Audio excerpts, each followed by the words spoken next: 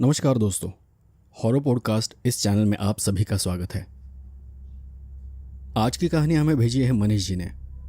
तो आइए बिना देर किए कहानी शुरू करते हैं। मेरा नाम मनीष है। यह घटना आज से करीबन 30 साल पहले की है। एक सच्ची घटना जिसमें वक्त बीतने के साथ साथ और भी घटनाएं जुड़ती चली गई थी। ये कहानी मैंने अपने ही गांव के अलग अलग लोगों से सुनी है। काफ़ी साल पहले हमारा एक बड़ा सा वाड़ा हुआ करता था जिसे सब देशेकर वाड़ा इस नाम से जानते थे। और उस वाड़े में कुछ सालों बाद कुछ अजीब अजीब घटनाएं होने लगी थी। मैंने जो घटनाएं सुनी है ये कहानी उन्हीं घटनाओं पर आधारित है। मैं यहाँ जानबूझकर गांव का नाम बदल कर लिख रहा हूँ। तो आइए ये कहानी जिन्होंने हमें भेजी है उनके नज़रिए से सुनते हैं।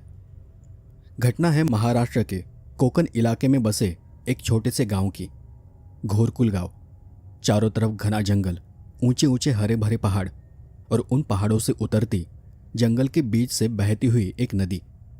इलाका थोड़ा दूर दराज और दुर्गम होने की वजह से पूरे गांव की आबादी बस कोई 500 लोगों के आसपास थी। इस गांव में एक बहुत पुराना और बड़ा वाड़ा था। हिंदी में कहे तो एक हवेली या बड़ा घर, जिसे सब देशेकर वाड़ा कहते थे। ये वाड़ा देशेकर नाम से एक पुराने खानदानी घराने की मिल्कियत था। 3 पीढ़ी पहले इस वाड़े की नींव रखने वाले जनार्दन देशेकर उस वक्त के जमींदार थे। वाड़ा काफी बड़ा था। उसके मुख्य दरवाजे से करीब 20-25 कदम की दूरी पर एक बड़ा सा गेट था। वाड़े के पीछे उतनी ही दूरी पर एक पुराना कुआं और पास में ही थोड़ा बाहरी तरफ बना हुआ टॉयलेट भी था। चारों तरफ घनी झाड़ियां और पेड़ों से घिरा हुआ वाड़ा। जनार्दन राव एक बहादुर और निडर इंसान थे। उनके पास एक बड़ी सी बंदूक हुआ करती थी और उन्होंने अपने दिनों में गांव पर आई कई मुसीबतों का डटकर सामना किया था और इसलिए गांव वालों की नज़र में वो एक अच्छे इंसान थे। जब भी कोई संकट आता था तो लोग सीधा जनार्दन राव के पास जाते थे।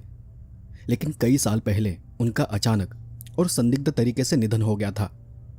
इस पर गांव में खूब चर्चा हुई क्योंकि उनकी मौत बहुत चौंकाने वाली थी। उनकी मौत के बाद उनके बेटे महेंद्र राव और उनकी पत्नी मालती देवी ने ही उस वाड़े को संभाला था। मालती देवी के पति की भी ऐसे ही मौत हुई थी। मालती देवी ने ही अपने दोनों बेटों को नीलेश और विक्रम को पाल पोसकर बड़ा किया था। और अब उस घर में 2 जुड़वा भाई विक्रम और नीलेश, उनकी मां मालती देवी और नीलेश की बीवी सरिता रहते थे। नीलेश की शादी को कुछ साल हो चुके थे, लेकिन लाख कोशिशों के बाद भी उन्हें कोई औलाद नहीं हुई थी। नीलेश गांव में रहकर खेती बाड़ी करता था और विक्रम मुंबई में नौकरी कर रहा था। विक्रम बस छुट्टियों में या किसी त्योहार पर घर आया करता था और ऐसे ही एक मौका था दिवाली का। विक्रम अपने गांव आया हुआ था और वो आंगन में नीलेश और माँ के साथ बैठकर बातें कर रहा था। तभी विक्रम बोला, माँ, मुझे आपसे कुछ ज़रूरी बात करनी है। नीलेश और मालती देवी एक दूसरे की तरफ देखने लगे। तब नीलेश ने पूछा, मुंबई में सब ठीक है ना? विक्रम ने जवाब दिया, हाँ सब ठीक है, लेकिन मैं आप सबको एक खुशखबरी देना चाहता हूँ। तो मालती देवी ने कहा, तो ऐसे डर डर के क्यों बोल रहा है? तब विक्रम थोड़ा शर्मा कर बोला, बस ये बताना चाहता हूँ कि मुझे एक लड़के से प्यार है और हम दोनों ने शादी का फैसला कर लिया है। ये सुनकर नीलेश और माँ की खुशी का ठिकाना न रहा। विक्रम ने फिर बताया कि अगले महीने कुछ दिनों की छुट्टी लेकर मैं उसे आप सबसे मिलवाऊंगा। और सब ने खुशी खुशी हामी भरी। उसके अगले महीने में विक्रम ने अपनी दोस्त मीनाक्षी को अपने घर वालों से मिलवाया। कुछ ही दिनों में उनकी शादी भी तय हो गई। छुट्टी खत्म होते ही विक्रम ने सबका आशीर्वाद ले लिया और वापस मुंबई चला गया। 10 जनवरी को मुंबई में सगाई और 10 फरवरी को घोरकुल में शादी का प्लान फाइनल हुआ। बहुत ही कम लोगों में सगाई की रस्म पूरी हो गई और देखते ही देखते शादी का दिन भी नज़दीक आ गया। शादी से 2 दिन पहले ही सारी तैयारियां हो चुकी थी। सफ़र करीबन 8 से 10 घंटे का था। लेकिन 30 साल पहले अभी के जैसे बड़े बड़े हाईवे नहीं थे, इसलिए मीनाक्षी का परिवार एक बस से सुबह 10 बजे के करीब मुंबई से विक्रम के गांव घोरकुल जाने के लिए निकल पड़ा। अंधेरा होने तक पहुंचने का प्लान था, लेकिन इतने सारे परिवार के लोग होने की वजह से मस्ती मजाक करते हुए रुकते खाते हुए सफ़र चल रहा था। अब सफ़र में अंधेरा हो गया। उन्हें रत्नागिरी पहुंचने में ही 9 बज चुके थे और गांव अब भी 10 से 12 किलोमीटर दूर था। आगे कुछ दूर जाने पर एक सुनसान रास्ते पर बीच सड़क में अचानक से बस बंद पड़ गई। सबको जैसे झटका सा लगा और सब यहाँ वहाँ देखने लगे। आसपास गहरा घना अंधेरा था और कुछ भी दिखाई नहीं दे रहा था। मीनाक्षी ने पिताजी ने ड्राइवर से पूछा, क्या हुआ, गाड़ी बंद क्यों की? ड्राइवर ने कुछ खटपट करते हुए कहा, बंद नहीं की, लगता है कुछ खराबी आ गई है, नीचे जाकर देखना होगा। ड्राइवर नीचे उतरा और उसके साथ ही 2-4 लोग और नीचे उतरे। मीनाक्षी भी बस के दरवाजे में जाकर खड़ी हो गई और अंधेरे में देखने लगी और कुछ पल बाद उसकी आंखों को धुंधला सा कुछ कुछ दिखाई देने लगा। उसने देखा कि सामने एक टूटा लोहे का गेट है, टूटी ईंटें, काली पुरानी दीवारें और उन पर घास उगी हुई थी। गेट के आसपास लहराती बेलें लटक रही थी और ऊपर कुछ लिखा था जो उससे ठीक से पढ़ा नहीं जा रहा था। उसने और गौर से देखा तो उसे कोई परछाई सी दिखाई दी, जैसे दूर अंधेरे में उस टूटे लोहे के गेट के पास कोई खड़ा हो। उसने और ध्यान से देखा तो वहां कोई 2 लोग खड़े थे, एक आदमी और एक औरत। उनका चेहरा उसे ठीक से दिखाई नहीं दे रहा था, लेकिन पीछे से आती चांद की हल्की रोशनी में उनका एक धुंधला सा आकार नजर आ रहा था। मीनाक्षी बस से नीचे उतरी और कुछ कदम आगे बढ़ी। वो एकटक सामने देख रही थी, अंधेरे में उस धुंधली आकृति को देखने की कोशिश कर रही थी। उस पल आसपास जैसे सब कुछ शांत हो गया था और तब कुछ दूसरी दुनिया की आवाजें उसकी कानों में गूंज रही थी। जब वो धीरे धीरे आगे बढ़ते हुए अंधेरे में गौर से देख रही थी, तभी उसे अपने कानों के पास एक हल्की धीमी आवाज सुनाई दी, वो बुला रही है। मीनाक्षी घबराकर एकदम से चौंक गई और उसने पीछे पलट कर देखा। वहां उसकी मां खड़ी थी। क्या हुआ, और तुम अंधेरे में कहाँ जा रही हो? क्या आपने कुछ सुना? नहीं तो, मैं तो अभी यहाँ आई हूं, पर तुम वहां क्या देख रही थी? तभी मीनाक्षी को कुछ ध्यान आया और उसने सामने देखा। अब वहां सामने गेट के पास कोई नहीं था। मीनाक्षी के चाचा भी जो बस के सामने खड़े थे, उन्होंने पीछे से टॉर्च की रोशनी उनकी तरफ करते हुए उन्हें आवाज दी, तुम दोनों वहां क्या कर रही हो? मीनाक्षी और उसकी मां ने पीछे देखा और मीनाक्षी ने अपनी गर्दन ना में हिलाकर कहा, कुछ नहीं। और बस की तरफ जाते हुए उसने एक नज़र पीछे मुड़कर देखा। उस टॉर्च की रोशनी में उसने सामने दीवार पर लिखावट को पढ़ा। वहां लिखा था स्मशान भूमि। वो शब्द पढ़कर उसके शरीर पर रोंगटे खड़े हो गए और वो तुरंत बस के अंदर चली गई। एक पल में जैसे सब कुछ शांत हो गया। मीना अपनी सीट पर जाकर बैठ गई। उसने अपना चेहरा पोंछते हुए अपना डर छुपाने की कोशिश की। बाकी लोग भी फिर से बस में चढ़ने लगे और उसके चाचा ने तब मजाक में कहा, रुकावट के लिए खेद है, लेकिन बस फिर से चालू हो गई है। तभी मीनाक्षी की मां ने कहा, अजीब बात है नहीं, बस ठीक स्मशान भूमि के सामने ही बंद पड़ गई। मीना ने झूठ मूठ मुस्कुराकर हाँ में गर्दन हिलाई और फिर धीरे से स्मशान भूमि की तरफ देखा और तब उसे वहां कई सारे लोग खड़े दिखाई दिए। एक नहीं, 2 नहीं, बल्कि कई सारे, और वो सब उसे अजीब नजरों से घूर रहे थे। वो देख मीना के शरीर में ठंड की लहर दौड़ गई, चेहरा जैसे पीला पड़ गया। पर तभी एकाएक बस चालू होकर उस जगह से आगे निकल गई। पता नहीं वो क्या था, पर उसने वो बात किसी से नहीं कही, लेकिन उस जगह से कुछ दूर आगे जाने के बाद उसे महसूस हुआ कि वो जगह उसे अपनी ओर खींच रही थी। बस शुरू हुई और फिर से फैमिली के लोग मस्ती करने लगे। फिर उसने भी उस बात को टाल दिया। रात के 11 बजे जैसे तैसे वो सभी लोग घोरकुल पहुंचे, खाना खाया और थोड़ी बहुत यहाँ वहाँ की बातें की और उसके बाद सब सोने चले गए। अगली दोपहर यानी 9 तारीख को शादी से पहले की रस्में निभाई गई।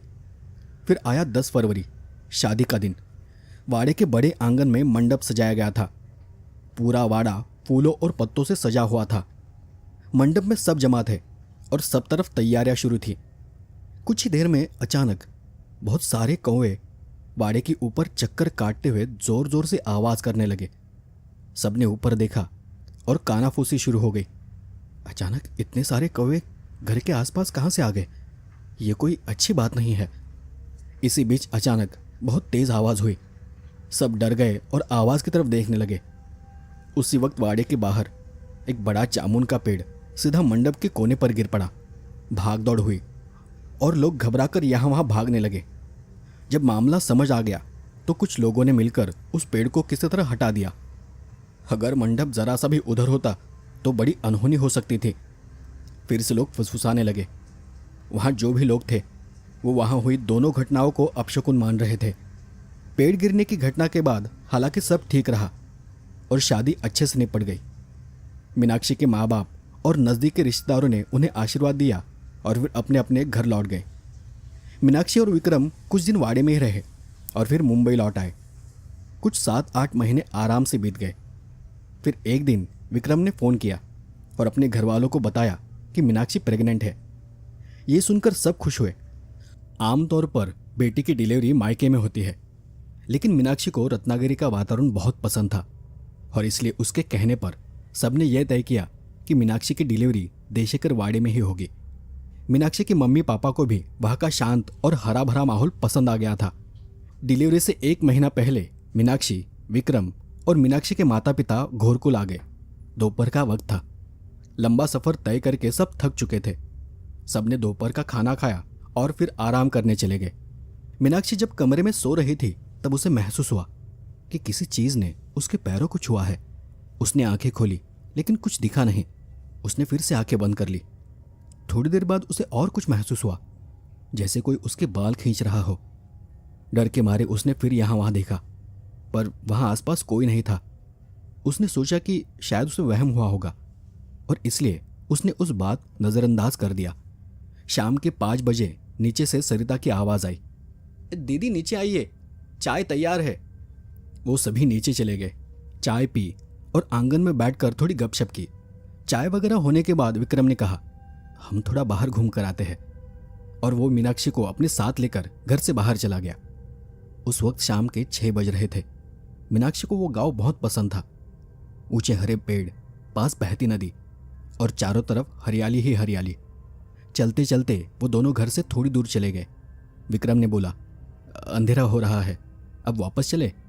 जैसे ही वो पीछे मुड़े, मीनाक्षी को अपनी बाईं तरफ झाड़ियों में कुछ हलचल दिखाई दी और पत्तों की सरसराहट भी सुनाई दी। मीनाक्षी ने झाड़ियों की तरफ देखते हुए कहा, विक्रम, वहां कुछ था। विक्रम ने आसपास देखकर जवाब दिया, अरे होगा कोई कुत्ता वगैरह, चलो चलते हैं। वो वापस वाड़े में आ गए। चारों तरफ लाइट जल रही थी। सब थोड़ा बैठकर बातें करने लगे। रात को खाना खाया और फिर सब अपने अपने कमरों में सोने चले गए। रात के 11 बज रहे थे। किसी आवाज से मीनाक्षी की नींद अचानक से खुली। चारों तरफ घना अंधेरा था, पर उसे महसूस हुआ कि उसे टॉयलेट जाना है। वो उठी और नीचे चली गई। वाड़े के पिछले दरवाजे से बाहर निकलकर उसने लाइट जलाई और फिर वो वॉशरूम की तरफ बढ़ी। जैसे ही वो बाहर निकली, पीछे झाड़ियों में कुछ हलचल सी हुई, एक हल्की सरसराहट। उसने झाड़ियों की तरफ देखा। एक हल्की सी सरसराहट हुई और थम गई। उसने मन में सोचा कि शायद कोई कुत्ता या बिल्ली होगी और वो वॉशरूम पहुंची। वॉशरूम से बाहर निकली तो हाथ पैर धोते वक्त उसका ध्यान सामने चला गया। उसने देखा कि पुराने कुएं के पास से कोई परछाई सरकते हुए आगे आ रही थी। वो देख मीनाक्षी एकदम से सीधी खड़ी हो गई। वो कोई औरत थी। माथे पर बड़ी सी बिंदी, हरी साड़ी और बाल खुले हुए थे और वो एकटक मीनाक्षी को देखे जा रही थी। मीनाक्षी थोड़ी घबरा गई। कौन है आप? मीनाक्षी ने पूछा और उस औरत ने धीरे धीरे अपना हाथ उठाकर उसके पेट की तरफ इशारा किया। वो औरत 2 कदम उसकी ओर बढ़ी और मीनाक्षी वॉशरूम की सीढ़ियां उतरकर नीचे चली आई। जैसे ही मीनाक्षी नीचे उतरी, वो औरत तेजी से पीछे की ओर सरकते हुए अंधेरे में एकदम से गायब हो गई। वो भयानक नजारा देख मीनाक्षी अब बुरी तरह से डर चुकी थी। तेज कदमों से वो वाड़े की तरफ भागी। वहीं दाईं तरफ उसे एक बूढ़ा आदमी दिखाई दिया। बदन पर सफेद कुर्ता और धोती पहना हुआ। उसके हाथ में एक लाठी थी और वो उस लाठी को पटकते हुए मीनाक्षी को घूर रहा था। मीनाक्षी अब बहुत ज्यादा डर चुकी थी। वो जितना तेज हो सके उतना तेज चलने लगी और वाड़े में अंदर जाकर पीछे वाला दरवाजा बंद कर लिया और कुछ पल वहीं खड़े होकर अपने आप को शांत कर वो अपने कमरे के अंदर चली गई। उस वक्त विक्रम आराम से चादर ओढ़कर सो रहा था। मीनाक्षी को अचानक से पसीना आने लगा। वो विक्रम को जगाने उसके पास खड़ी हो गई, लेकिन मीनाक्षी को उसका स्पर्श अजीब सा लगा। उसने चादर हटाई तो विक्रम की जगह वही बूढ़ा था। जिसे उसने बाहर देखा था। उसकी आंखों में गुस्सा था और चेहरे पर एक अजीब डरावनी मुस्कान थी। मीनाक्षी चिल्लाने ही वाली थी कि उसने देखा कि पीछे कमरे के दरवाजे पर वही हरी साड़ी वाली औरत खड़ी थी और वो बदले की नीयत से मीनाक्षी को घूर रही थी। मीनाक्षी ने आंखें कसकर बंद कर ली और वो जोर से चीख पड़ी, मीनाक्षी, मीनाक्षी क्या हुआ? उसने आंखें खोली और देखा कि विक्रम उसके पास ही था और सब लोग ऊपर आ चुके थे। क्या हुआ बेटी, कोई सपना देखा क्या? मीनाक्षी एकदम से रोने लगी और फिर उसने वो पूरा किस्सा सबको बता दिया। सरिता ने आगे बढ़ते हुए कहा, दीदी आपको कुछ भ्रम हुआ होगा, आप पेट से है ना, तो ऐसे में आपको अकेले नहीं बाहर जाना चाहिए था। आगे से ध्यान रखना और अगर रात में बाहर जाना हो तो मुझे बता देना, मैं तुम्हारे साथ चलूंगी। आपको यहाँ की आदत नहीं है इसलिए शायद आपको कुछ अजीब महसूस हुआ होगा। सरिता ने उसे संभालने की कोशिश की। मीनाक्षी को खुद समझ नहीं आ रहा था कि उसने जो देखा, महसूस किया, वो भ्रम था या सब सच था, क्योंकि पलक झपकते ही सब जैसे गायब सा हो गया था। उसे अब भी डर लग रहा था, नींद नहीं आ रही थी। वो बस विक्रम के पास आंखें बंद किए लेटी रही। रात का 1 बज चुका था। तभी उसे एक औरत के फुसफुसाने की आवाज सुनाई दी। उसने डरते डरते आंखें खोली। देखा तो वही हरी साड़ी वाली औरत उसके पैरों के पास बैठकर रोते हुए चेहरे से उसे देख रही थी। तुझे मरना होगा, उसे भी मरना होगा, उस औरत ने रोते हुए ये कहा और वो ऐसे रो रही थी जैसे वो मीनाक्षी की मौत का मातम मना रही हो। मीनाक्षी विक्रम को जगाने ही वाली थी कि तभी उस औरत ने मुड़कर कसकर मीनाक्षी का हाथ पकड़ लिया। मीनाक्षी जान बचाने के लिए चिल्लाने की कोशिश कर रही थी, लेकिन उसके मुंह से आवाज ही नहीं निकल रही थी। उसने गर्दन मोड़कर दाईं ओर देखा तो वही सफेद कुर्ता पहना हुआ वो बूढ़ा उसके सिरहाने बैठा था। उस बूढ़े ने उसका मुंह दबा दिया। उस औरत का भयानक चेहरा मीनाक्षी ने पहली बार इतनी करीब से देखा था। उसकी आंखें पूरी तरह लाल थीं। चेहरे पर जगह जगह पर निशान थे, काली रेखाएं थीं, जैसे उसके चेहरे को नाखूनों से नोच लिया हो। आंखों से पानी की जगह खून बह रहा था। बाल बिखरे हुए थे और उसकी जुबान बार बार बाहर निकल रही थी।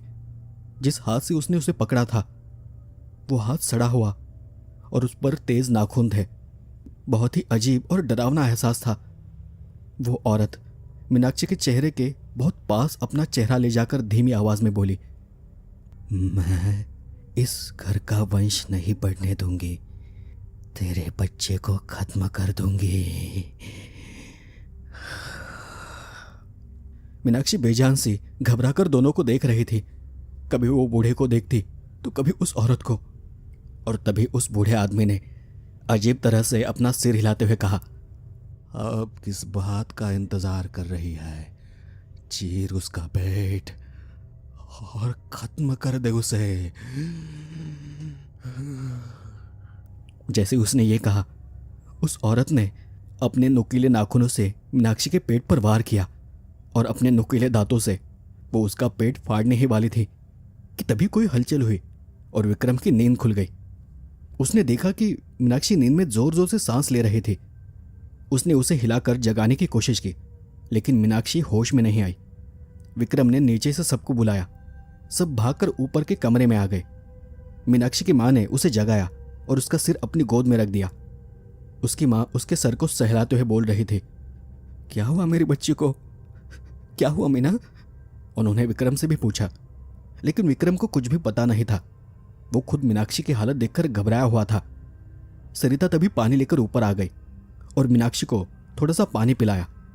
तब जाकर उसे थोड़ा होश आया। मीनाक्षी, क्या हुआ था तुझे? तू ऐसे क्यों कर रही थी? मां ने घबराते हुए पूछा। मीनाक्षी अब बहुत घबराई हुई थी, बहुत ज्यादा डरी हुई थी। उससे कुछ भी बोला नहीं जा रहा था। घबराकर वो सबको एक एक करके देख रही थी। कुछ 1 आध मिनट बाद एक गहरी सांस लेकर अपने दर्द को और डर को अपने अंदर दबाते हुए वो रोने लगी और रोते रोते ही कांपती आवाज में उसने कहा, वो दोनों मुझे और मेरे बच्चे को मार डालेंगे। चलो विक्रम, विक्रम चलो, हम अपने घर लौट चलते हैं। कौन मार डालेगा? कोई डरावना सपना देख लिया क्या? नीलेश ने आगे बढ़ते हुए कहा। अब तक विक्रम भी थोड़ा संभल गया था। विक्रम ने उसका हाथ पकड़ते हुए पूछा, मीनाक्षी, ये क्या बोल रही हो? किसकी बात कर रही हो तुम? मीनाक्षी ने फिर कांपती आवाज में कहा, वो हरे रंग की साड़ी वाली औरत और वो बूढ़ा, वो मुझे और मेरे बच्चे को मार डालेंगे और उन्होंने ही मेरे पेट पर नाखूनों से वार किया है। उसकी ये बात सुनकर सब चौंक गए। मीनाक्षी के पिताजी थोड़ा आगे बढ़े और उन्होंने उसकी मां को उसका पेट देखने को कहा। जरा देखो तो सही क्या हुआ है। जैसे ही सबने देखा, मीनाक्षी के पेट पर सच में नाखूनों के खरोच के निशान थे और ये देखकर सबके होश उड़ गए। नीलेश ने विक्रम से पूछा, विक्रम, तू तो यही था ना? क्या तुझे कुछ भी महसूस नहीं हुआ? लेकिन विक्रम ने बताया कि उसने किसी को भी यहां आते जाते नहीं देखा। और अब सब हैरान थे। सब एक दूसरे को देखने लगे। किसी को कुछ समझ नहीं आ रहा था कि वहां आखिर हो क्या रहा है। तब मीनाक्षी की मां ने मालती देवी से पूछा, ये सब मीनाक्षी के साथ क्या हो रहा है? यहां कुछ गड़बड़ है क्या? मालती देवी ने तब बस इतना कहा, कल सुबह हम डॉक्टर को बुलवाते हैं, देखते हैं कि वो क्या कहते हैं। सब उसी कमरे में बैठे रहे रात भर, सुबह के 4 बजे तक। और तब मीनाक्षी की मां बोली, विक्रम, मैं मीनाक्षी को नीचे वाले कमरे में ले जाती हूं। विक्रम ने बस सिर हिलाकर हामी भरी। सुबह होते ही नीलेश डॉक्टर को घर बुला लाया। डॉक्टर ने मीनाक्षी की जांच की, पर जांच में उसने कहा कि सब नॉर्मल है। बच्चा भी हिल रहा है। पेट पर हल्के नाखूनों के निशान दिखाई जरूर दे रहे हैं, लेकिन डॉक्टर ने बताया कि शायद नींद में कुछ हुआ होगा, या हो सकता है कि ये निशान उनके खुद के हो। लेकिन उसके मन में किसी बात का डर जरूर है। अगर उन्हें यह रहने से डर लग रहा है तो अच्छा होगा कि उन्हें कहीं और ले जाइए, नहीं तो उनके स्वास्थ्य और बच्चे के लिए ठीक नहीं होगा। तब मीनाक्षी के पिताजी ने पूछा, लेकिन डॉक्टर, इसका इलाज क्या है? डॉक्टर ने तब अपना सामान भरते हुए कहा, देखो, वैसा तो सब कुछ नॉर्मल है, फिर भी मैं कुछ दवाइयाँ देता हूँ, उन्हें थोड़ा आराम करने की ज़रूरत है। डॉक्टर ने कुछ दवाइयाँ दी और वहाँ से चले गए। वो दिन जैसे तैसे गुजर गया। दिन भर सब ठीक रहा, लेकिन घर का माहौल अब बदल चुका था। सबके मन में कहीं न कहीं रात वाली बात घर कर गई थी। और फिर रात हुई। सबने खाना खा लिया। मीनाक्षी उस रात अपने माता पिता के कमरे में ही सोने वाली थी। आधी रात हो चुकी थी और सब अपने अपने कमरों में सोए हुए थे। मीनाक्षी की मां ने मीनाक्षी को सुला दिया और वो खुद भी सो गई। और फिर रात के ठीक 1 बजे फिर से मीनाक्षी उठकर बैठ गई। वो उठी और बिना कोई आवाज किए चुपचाप पीछे के दरवाजे से बाहर निकली और फिर धीरे धीरे वो कुएं की ओर बढ़ने लगी। वो ऐसे चल रही थी जैसे वो नींद में चल रही हो। वो कुएं के पास जाकर खड़ी हो गई और उसने कुएं के अंदर झांक कर देखा। उसे वही हरे साड़ी वाली औरत और वो बूढ़ा कुएं के अंदर से बुला रहे थे। वो दोनों शैतान की तरह दिख रहे थे। उनकी नजरें लाल थी, जुबान बाहर निकली हुई थी और वो दोनों एक साथ उसे कुछ कह रहे थे। तुम्हें मरना होगा, तुम्हारे बच्चे को भी मरना होगा। मीनाक्षी कुएं के किनारे चढ़ने ही वाली थी कि अचानक विक्रम जोर से चिल्लाया, मीनाक्षी, रुक जा। विक्रम तब जाग रहा था। न जाने उसके मन में क्या आया और उसने ऊपर की खिड़की से नीचे देखा तो मीनाक्षी कुएं के पास खड़ी थी। वो दौड़ता हुआ सबको आवाज देते हुए नीचे चला आया। उसने तुरंत बाहर की लाइट ऑन की और दौड़कर बाहर चला गया। सब लोग जाग गए और हवेली के पीछे की ओर दौड़ पड़े। विक्रम ने भागते हुए जाकर मीनाक्षी को कसकर पकड़ा और तभी मीनाक्षी वहीं बेहोश होकर गिर पड़ी। सबने मिलकर उसे उठाया और वापस अंदर लेकर आ गए। मीनाक्षी की मां अब फूट फूट कर रोने लगी थी। वो रोते ही जा रही थी और तब विक्रम खुद हैरान था। मुझे खुद समझ नहीं आ रहा, इससे पहले उसने ऐसा कभी नहीं किया। और तब नीलेश ने उस कुएं की तरफ देखते हुए कहा, मुझे ये सब कुछ ठीक नहीं लग रहा। हमें किसी और को दिखाना चाहिए। हमारे पास वाले गांव में एक पंडित है, बहुत जाने माने पंडित है। मुझे लगता है कि एक बार उन्हें यह सब दिखाना ठीक रहेगा। विक्रम और नीलेश ने सबसे दूर जाकर कुछ बातचीत की और फिर वो वापस मीनाक्षी के पास आ गए। तब मालती देवी ने कहा, तुम लोग फिक्र मत करो, आज की रात मैं खुद जाकर मीनाक्षी पर नजर रखूंगी। तभी मीनाक्षी के पिताजी बोले, यहाँ कुछ ठीक नहीं है, हम सब नजर रखेंगे। उस रात कुछ भी नहीं हुआ। अगली सुबह नीलेश पंडित जी के पास पहुंचा और उन्हें पूरा किस्सा बताया। उनका नाम महादेव काका था और सब कुछ जानने के बाद वो नीलेश के साथ हवेली आ पहुंचे। जैसे ही उन्होंने हवेली में कदम रखा, वो वहीं पर रुक गए। यहाँ कोई है जो मुझे रोकने की कोशिश कर रहा है। उनकी बात सुनकर सब एक दूसरे की तरफ देखने लगे। फिर उन्होंने अपनी जेब से एक माला निकाली। उसमें से एक मनी निकालकर उसको उंगलियों में पकड़कर उसे रगड़ने लगे, अपने हाथ में गोल गोल घुमाने लगे और उसी पल उसमें से धुआं निकलने लगा और एकाएक उस मणि की राख हो गई। फिर उस भस्म को नीलेश के हाथ में देते हुए उन्होंने उसे सबके माथे पर लगाने के लिए कहा और उसके बाद उन्होंने वो पूरा वाड़ा अच्छी तरह से देखा। फिर बाहर निकलकर हवेली के चारों ओर से घूमने लगे और ऐसे ही घूमते घूमते वो कुएं के पास जा पहुंचे। काफी देर तक उसी में एकटक देखते हुए खड़े रहे। उन्हें ऐसा करते देख नीलेश और विक्रम भी उनके पास जाकर खड़े हो गए। क्या हुआ काका? नीलेश ने अंदर झांकते हुए कहा। यही केंद्र है उस शैतानी ताकत का, यहीं पर है वो जो तुम्हारे परिवार को तकलीफ दे रहा है। खैर, सब कुछ आज रात पता चल जाएगा। और इतना बोलकर वो पीछे मुड़ गए।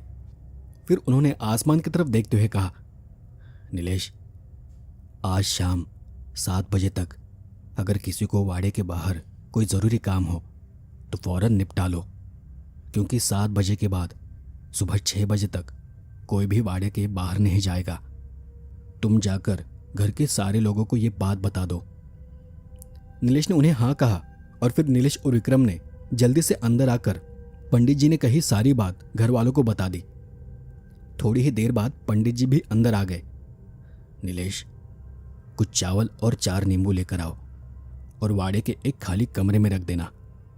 नीलेश तुरंत चला गया और जैसा पंडित जी ने कहा था वैसा सारा सामान एक कमरे में रख आया।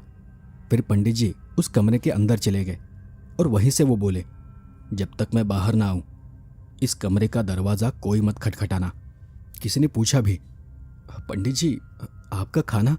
तो पंडित जी ने सिर्फ हाथ से इशारा कर मना कर दिया और वो बोले, 7 बजे तक जो भी काम हो निपटा लो और ठीक 7 बजते ही वाड़े के सभी दरवाजे खिड़कियां बंद कर दो।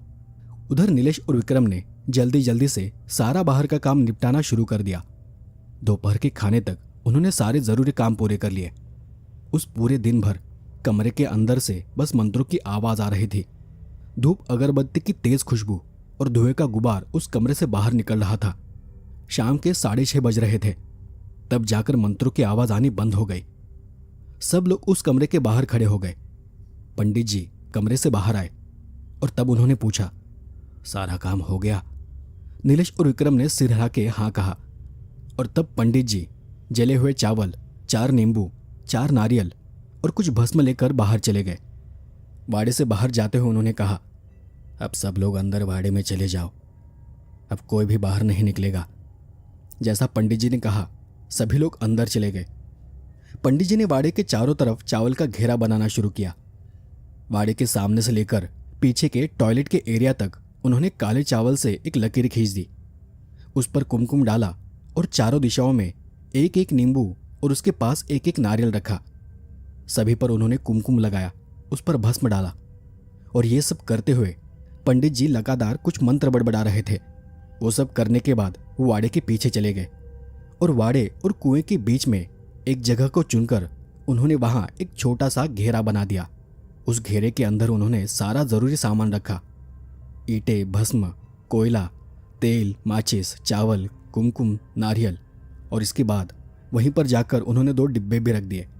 ईंटों से हवन तैयार किया गया और उसके चारों तरफ नारियल और नींबू रखे गए। उन सभी पर भस्म और कुमकुम डाला गया। उन ईंटों के बीच कोयला रखा और फिर सब तैयारी हो जाने के बाद पंडित जी वापस वाड़े के अंदर चले गए। घर के सभी लोग खिड़की के पास खड़े होकर वो सब देख रहे थे।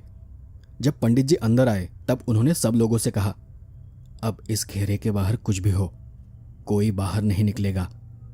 तुम सब लोग इस घेरे के अंदर पूरी तरह महफूज हो। अब चलो जल्दी से खाना खा लेते हैं। उसके बाद सबने खाना खा लिया। कुछ वक्त बीता और फिर पंडित जी एक कुर्सी में आराम से बैठ गए और वो अपनी आंखें बंद कर कुछ मंत्र बोले जा रहे थे। धीरे धीरे समय बीत रहा था। घड़ी में रात के 12 बज रहे थे और तब सबको वातावरण में कुछ बदलाव सा महसूस होने लगा। पंडित जी ने अचानक से आंखें खोली और उठकर हवन की तरफ जाने लगे। वाड़े के पीछे जाकर वहां जो उन्होंने घेरा बनाया था वो उसी में जाकर बैठ गए। उन्होंने एक नज़र अपने आसपास देखा और फिर कुछ बड़बड़ाते हुए उन्होंने हवन में तेल डाला और अग्नि प्रज्वलित की। मंत्रों की आवाज़ें तेज होती जा रही थी। वो एक एक कर भस्म और कुमकुम हवन में डाल रहे थे। घर के सारे लोग ऊपर के कमरे से ये सब नज़ारा देख रहे थे। कुछ देर बाद अचानक कुएं का पानी तेजी से ऊपर उछलने लगा और उसमें से चीखे और अजीब अजीब आवाज़ें सुनाई देने लगी। थोड़ी ही देर में वो हरी साड़ी वाली औरत और वो एक बूढ़ा आदमी कुएं से बाहर आए और फिर तेजी से पानी में गिर पड़े। उस औरत की नज़र खिड़की में खड़ी मीनाक्षी पर पड़ी और वो मीनाक्षी को गुस्से से देखने लगी। उसे देख घुर्राने लगी। वो उस कुएं से निकलकर मीनाक्षी की तरफ बढ़ने की कोशिश करने लगी, मगर जैसे ही वो घेरे के पास पहुंची वो वहीं पर रुक गई। वो वहां से अंदर नहीं जा पा रही थी। उसी पल वो बूढ़ा आदमी भी वाड़े के इर्द गिर्द घूमने लगा। खत्म कर इसे, हमें इसका खून चाहिए।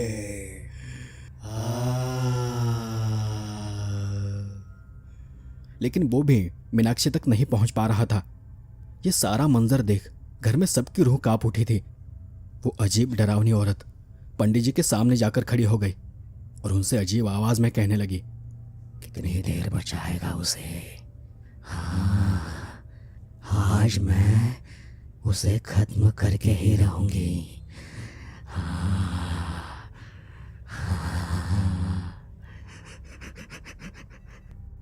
पंडित जी ने अपने पास रखे 2 नींबू पर भस्म और कुमकुम लगाया और जैसे ही वो औरत उनके सामने आ गई थी उन्होंने उन नींबुओं को हवन में डाल दिया। तभी वो दोनों आत्माएं तड़पने लगी, जैसे वो अंदर से जलने लगी हो। फिर धीरे धीरे वो शांत हो गई, जैसे उन्हें किसी ने कैद कर लिया हो।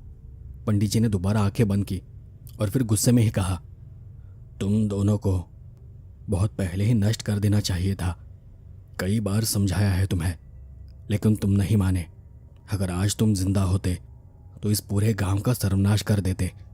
तुम्हारे साथ जो कुछ हुआ था वो बिल्कुल सही हुआ था और अब तुम दोनों को हमेशा के लिए मिटाना जरूरी है। इतना कहकर पंडित जी जोर जोर से मंत्र बोलने लगे। हवन में तेल डाला जिससे आग और तेज हो गई। फिर उन्होंने उस पर भस्म डाला और उसी आग में 2 स्टील के डब्बों को रखा। फिर अपने दोनों हाथों में 2 नींबुओं को उठाकर उन नींबुओं को अपने हाथों से मसलते हुए उन्हें उन डब्बों में डाल दिया। जैसे ही उन्होंने ऐसा किया वो दोनों आत्माएं और ज्यादा तड़पने लगी, चिल्लाने लगी, पंडित जी पर हमला करने की कोशिश करने लगी। और सबसे आखिर में पंडित जी ने उन दोनों डब्बों पर भस्म डाला और उस पूरे माहौल में एक जोर की चीख की आवाज गूंज उठी। आवाज इतनी तेज थी कि घर के सारे लोग घबरा गए और अगले ही पल वो दोनों आत्माएं उन दोनों डिब्बों में कैद हो गई। धीरे धीरे आसपास का वातावरण भी शांत हो गया। हवन की आग भी अपने आप शांत हो गई। पंडित जी ने उन गर्म डिब्बों को हवन से बाहर निकाला और उन पर ढक्कन लगा दिया। फिर उन्होंने उन डिब्बों को वैसे ही अपने पास के एक बैग में रखा और फिर घर के सभी लोगों को वाड़े के सामने वाले हिस्से में बुला लिया। हवन की आग से और वहां की भस्म से पंडित जी का पूरा शरीर काला पड़ चुका था। शरीर पसीना पसीना हो गया था। और फिर जब लोग बाहर आ गए तब उन्होंने सब लोगों से कहा, अब तुम लोग घेरे से बाहर आ सकते हो, खतरा टल चुका है। जैसे ही उन्होंने ये कहा सब बाहर आ गए। तब मालती देवी ने उनसे पूछा, ये सब क्या था? ये दोनों आत्माएं कौन थी? पंडित जी ने ऊपर आसमान की तरफ देखा और फिर बोले, कुछ साल पहले इस गांव में एक औरत रहा करती थी।